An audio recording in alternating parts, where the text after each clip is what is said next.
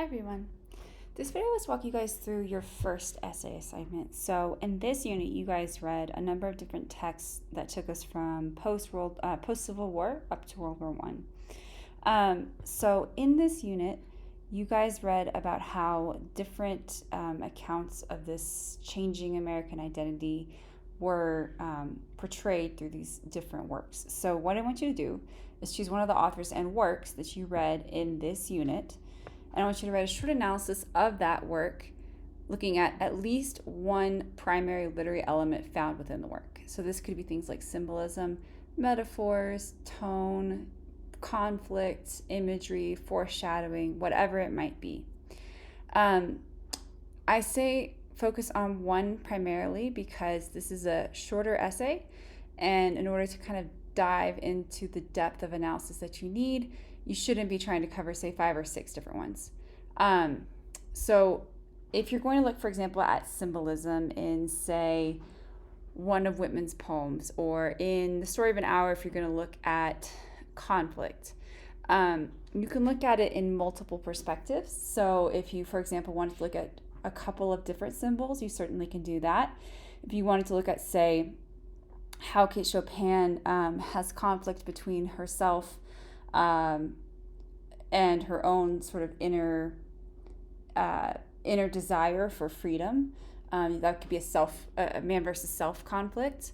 You could also look at how that conflict is portrayed through the use of other literary elements, say, for example, like the symbolism of the open window, and how that portrays the conflict that she has in her own desires to be free of the marriage, of the societal pressure, of the patriarchy, whatever you might want to say. So think about the primary literary element that you want to examine, and then think about what other elements might help support that analysis. You also want to incorporate elements related to the author's life or the larger historical context. So it's very, very important that this does not become a biography essay, and don't let it become a history essay. That's really, really important.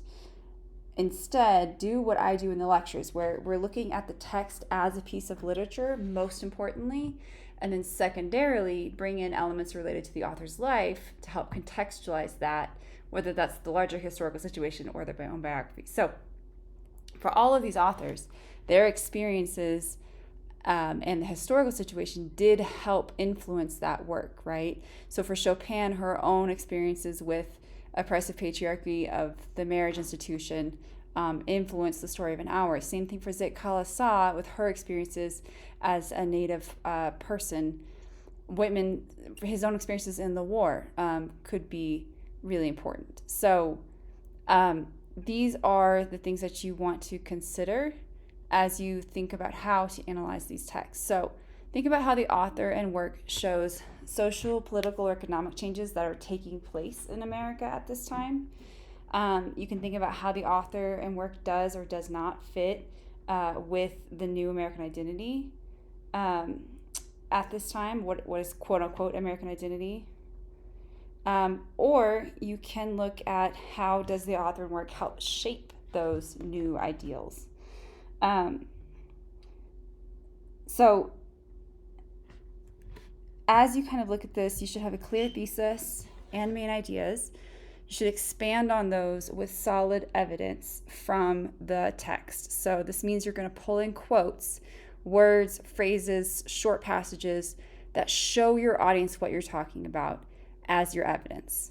And then you expand around that with your own analysis. So for example, in The Story of an Hour, if, for example, I am going to talk about the symbolism of the open window and how she says free, free, free repeatedly, or whatever the exact quote might be, I'm going to pull in that quote that talks about the window and her muttering free, free, free to herself.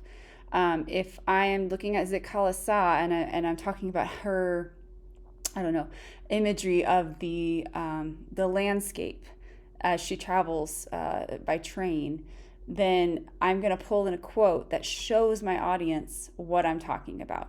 So remember that quotes are always the strongest forms of evidence. A lot of people like to use paraphrasing. Paraphrasing is fine in certain cases if it's, say, an extended quote, but typically, if possible, you want to pull in the specific quote that shows your audience what you're talking about.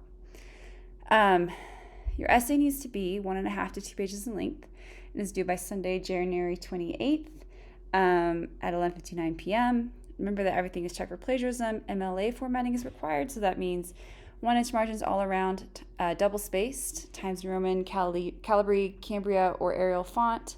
You should have a title that tells your audience what your argument is going to be focused on. So it could be symbolism in Song of Myself, or whatever it may be.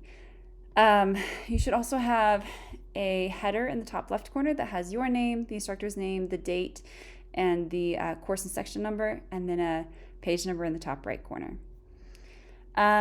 You are going to be assessed on making sure you have good, close analysis of the work and its major concepts, and then secondarily thinking about the historical context. So again, make sure this is above all else a literary analysis essay.